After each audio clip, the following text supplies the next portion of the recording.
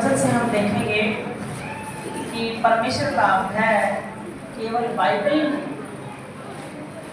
का सिद्धांत कहीं अधिक बढ़कर है। हालेलुया। जो पूरी बाइबल है इसमें एक बड़ी मेन बात है कि परमेश्वर का भय।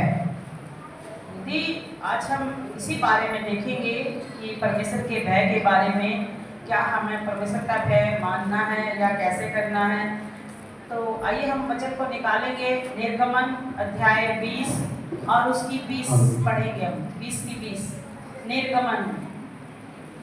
तो आइए हम पढ़े और खुदावंद को धन्यवाद दें। मूसा ने लोगों से कहा, डरो मत, क्योंकि परमेश्वर इसलिए आया है कि तुम्हारी परीक्षा करे और उसका भय तुम्हारे मन में बना रहे कि तुम पाप न करो। हालेलुया। मूसा जब पहाड़ के ऊपर चला गया था परमेश्वर से बात करने के लिए, जब वहाँ 10 आज्ञाएं लिखी जा रही थी, तो मूसा जो है वो पहाड़ पर चला गया था। तो पहाड़ से जब नीचे आ रहा तो ऐसी गड़गड़ाहट की गर्जन की आवाज आई कि एकदम पूरा सब कुछ ऐसे जैसे बारिश के समय गरजता ना, पूरा गड़गड़ गड़गड़ ऐसे करके, और ऐसी गड़गड़ाहट आई और इजरायली लोग सब डर गए, घबरा गए, बहुत भयभीत हो गए।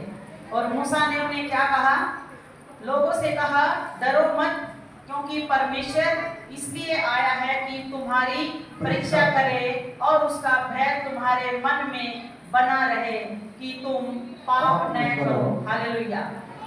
मूसा ने इजरायली लोगों से कहा कि डरो मत, घबराओ मत, परमेश्वर इसलिए आया कि तुम्हारी परीक्षा करे। तुम भी जान जाओ कि कोई तो परमेश्वर है जिसका हमें भय मानना चाहिए, और वो इसीलिए खुदावन का भय तुम्हारे अंदर होना चाहिए, तुम्हारे मनों में होना चाहिए, ताकि तुम पाप ना करो। यदि इंसान के अंदर भय हो तो वो पाप कभी नहीं करेगा। क्या करेगा? वो पाप नहीं करेगा। तो आज की हर जगह हम कलीसियाओं में देखते हैं, जगह जगह हम देखते हैं, मसीह में भी हैं लोग, फिर भी पाप कर रहे हैं।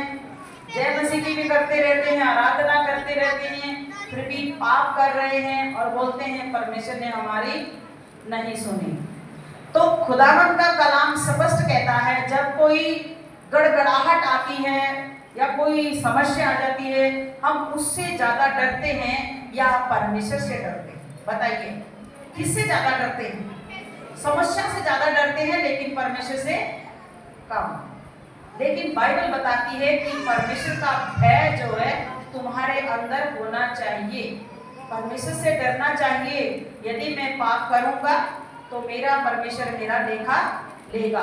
आज अगर बेटा और बेटी और जवान बच्चे भी यहाँ सब सुन रहे हैं, वो भी इस बात का अपने माता का पिता का भय माने और उस परमेश्वर का भय माने जिसने हम सबको बनाया है, तो घर में कोई भी प्रॉब्लम नहीं होगी। होगी क्या?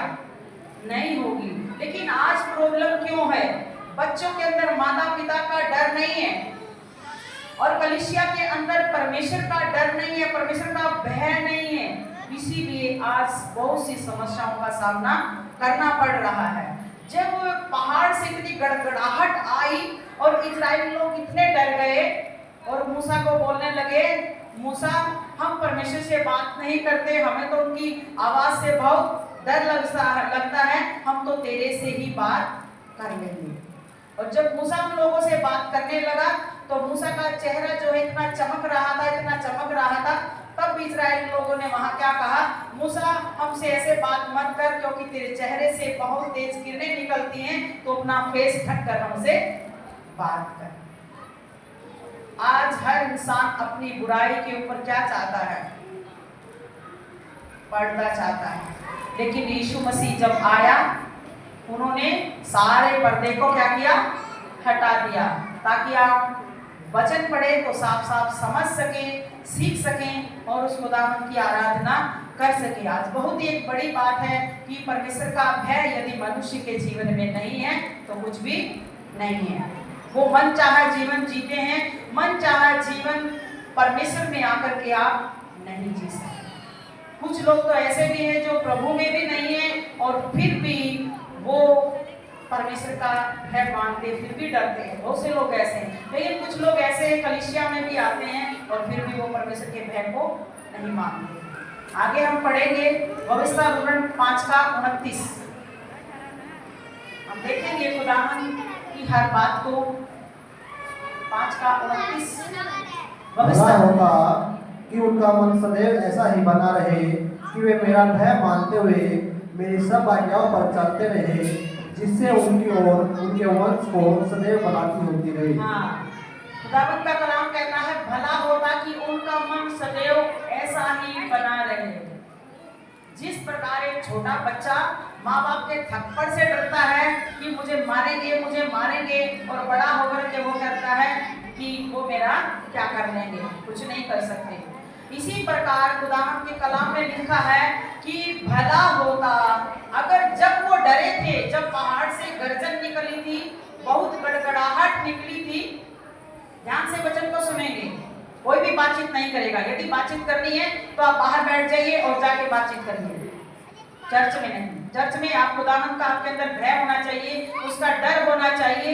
आप खुदावंद को आदर दें, सम्मान दें, खुदावंद को महत्व दें कि आप कीमती समय लेकर के परमेश्वर के भवन में आए हैं और उसे हर एक बात को सुने ध्यान से और उसके भय को अपने अंदर लें। यहाँ पर लिखा है भला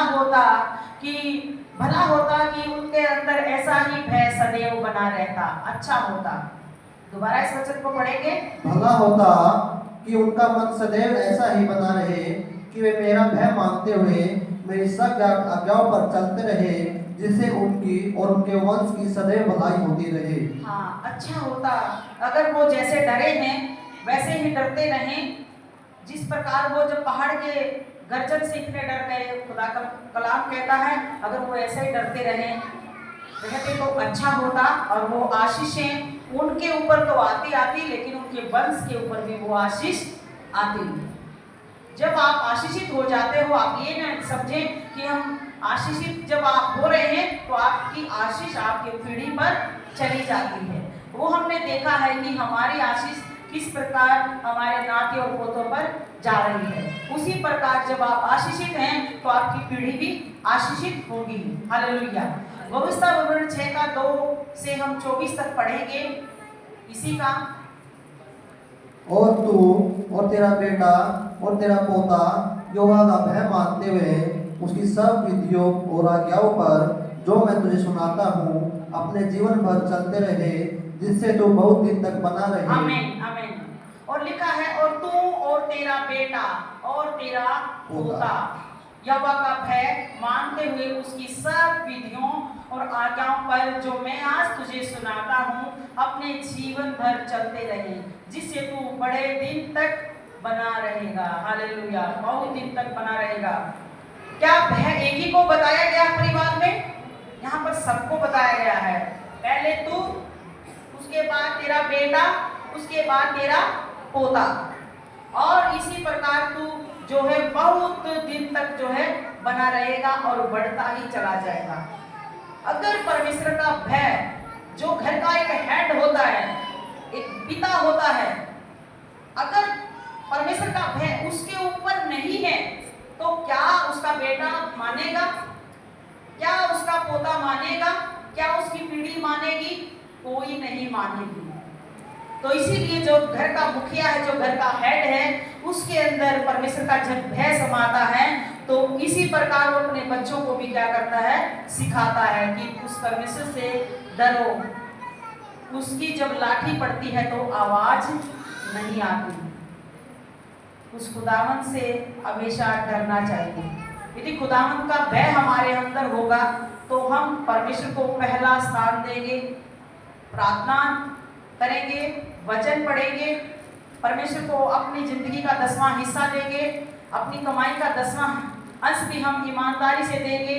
कहीं ऐसा ना हो कि मेरा पैसा डॉक्टरों के यहाँ बर्बाद हो रहा हो, ये हो रहा वो रहा। खुदावन का भय कोई भी मन में ना हो। तो हर बात के पीछे उस परमेश्वर से डरे। खुदावन का कलाम कहता है पृथ्वी जो है उसके पांव तले की चौकी है और स्वर्ग उसका सिंहासन है। तो हमारा और आपका क्या है? कुछ भी तो नहीं है। आगे पढ़े। हे इज़राइल सुन और ऐसा ही करने की चौकसी कर, इसलिए कि तेरा भला हो और तेरे पितरों के परमेश्वर यहोवा के वचन के अनुसार उस देश में जहाँ दूध और मधु की धाराएं बहती है तुम बहुत हो जाओ। हाँ, भला हो और ऐसे ही भला हो और चौकसी से रहे, बहुत चौकसी से रहना चाहिए। हमें परमेश्वर के वचन के अनुसार बहुत चौकस रहना चाहिए, सावधान रहना चाहिए, कहीं मैं ऐसी कोई बुराई में तो नहीं फंस जाऊं जो मुझे बर्बाद कर दे। आगे, हे इज़राइल सुन, यहोवा हमारा परमेश्वर है, यहोवा एक ही है। तू अपने परमेश्वर यहोवा से अपने सारे मन और उस सारे जीव और सारी शक्ति के साथ प्रेम रखना। हाँ, तू अपने परमेश्वर यहोवा से अपने सारे मन और सारे जीव और सारी शक्ति के साथ प्रेम रखना। यदि अपने पूरे मन से, तन से, परमेश्वर से पूरी शक्ति से जितने आप में है प्रेम रखेंगे तो आप सारी समस्याओं से, दुख से आजाद रहेंगे और आप पाप में जा ही नहीं सकते। ये गारंटी है इस बात की कि यदि आप परमेश्वर से प्यार करते हैं और सच्चा प्यार करते हैं तो आप पाप में नहीं जा सकते। जब आप पाप में जा रहे हैं या तो आप परमेश्वर का, आपके अंदर भय नहीं है या आप परमेश्वर से प्यार नहीं करते। और परमेश्वर जो है वो दिखावटी प्यार नहीं चाहता। परमेश्वर कहता है हृदय से, तन से, मन से उसकी आराधना करना, उसके वचन को पढ़ना, तन से भी और मन से भी। आगे, और ये आज्ञाएं जो मैं आज तुझको सुनाता हूँ वे तेरे मन में बनी रहे और तू इन्हें अपने बाल बच्चों को समझा कर सिखाया करना और घर में बैठे मार्ग पर चलते, लेटते, उठते इनकी चर्चा क्या करना। हाँ, जो आज ये आज्ञाएं हैं परमेश्वर का भय मानना। अगर एक घर का मुखिया खुदावंद में चल रहा है, उसका भय मान रहा है, तो वहां पर कहा जाता है कि और तो इन्हें अपने बाल बच्चों को समझाकर सिखाया करना। शाम को आपकी हर रोज आपकी फैमिली के साथ मीटिंग होनी चाहिए। बैठे पूरी फैमिली के साथ, किसी को कोई प्रॉब्लम है, कोई बात है, उनकी सुने, प्रार्थना करें, उनसे बात करें, थोड़ा उनके साथ समय बिताएं ताकि वो बच्चे भी आपको समझ पाएं और आप भी अपने बच्चों को समझ पाएं। और तभी खुदा का कलाम कहता है और अपने बाल बच्चों को समझाकर सिखाया करना। घर में उठते, बैठते, लेटते, चलते, फिरते वो क्या है, सिखाया करना। और हर वक्त मैं जैसे अपने बेटों को भी, बहुओं को भी और सभी से चलती फिरती कुछ ना कुछ मैं सिखाती रहती हूँ, कोई ना कोई उनसे प्रश्न पूछती रहती हूँ, कुछ ना कुछ एक एक बात करके मैं उनसे सिखाती रहती हूँ। हालेलुया। और उसी प्रकार जैसे जैसे वो सीख रहे हैं तो जो घर का मुखिया है, जब परमेश्वर का भय रखेगा तो क्या वो भय उनकी फैमिली में नहीं आएगा। हर वक्त अपने बच्चों को सिखाएं कि पाप से किस प्रकार अलग रहना है, बुराई से हमें किस प्रकार बचना है और किस प्रकार हमें इस कार्य को करना है।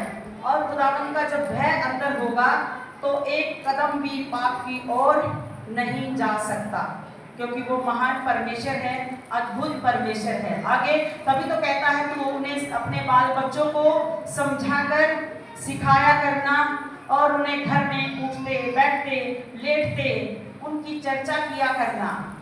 और जो वचन जब आगे 8वीं आयत में पढ़ेंगे, और उन्हें अपने हाथ पर चिन्ह के रूप में बांधना और ये तेरी आंखों के बीच टीके का काम दे। हाँ, और उन्हें अपने क्या करना है, उन्हें अपने हाथों पर चिन्ह के रूप में बांध लेना है और ये तेरी आंखों में टीके का काम करे। जब आंखों में खुदावंद का भय होगा, डर होगा, अब वचन उसके हृदय रूपी पट्टियों पर होगा, तो वो व्यक्ति कैसा रहेगा? बच्चों को थोड़ा सा सामने, व्यक्ति कैसा रहेगा? कैसा रहेगा बताइए? अगर उसके अंदर चलते फिरते परमेश्वर का भय होगा और वो भय उसकी आंखों में टीके का काम करेगा, उसके हृदय रूपी पट्टियों पर वचन होगा, क्या वो व्यक्ति पाप में जाएगा? नहीं जा सकता, क्योंकि खुदावंद का भय उसके अंदर है।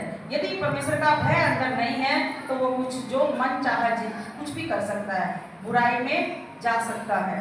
तो इसीलिए खुदावंद का भय मानना खुद भी सीखें और अपने बच्चों को भी सिखाएं। आगे, और इन्हें अपने अपने घर की चौखट की बाजुओं और अपने फाटकों पर लिखना। हाँ, जैसे हम वचन लगाते हैं ना, उधर वचन, इधर देखेंगे तो वचन, ऐसे लिखना और उन्हें क्या करना, पढ़ना, याद करना, चौखटों पर लगाना, बाजुओं पर नहीं भी आपका खुदावंद का कलाम का वचन जैसे लगा रहे और आप निकलते आते जाते हमेशा उस वचन को पढ़ते रहें, आपको याद दिलाता रहे कि परमेश्वर आपसे क्या कहता है, परमेश्वर आपसे क्या मांग करता है। आगे, जब तेरा परमेश्वर यहोवा उस देश में पहुंचाए जिसके विषय में उसने अब्राहम, इसहाक और याकूब नामक तेरे पूर्वजों से तुझे देने की शपथ खाई, और जब वह तुझको बड़े बड़े और अच्छे नगर में जो तूने नहीं बनाए आगे, और अच्छे अच्छे पदार्थों से भरे हुए घर जो तूने नहीं भरे,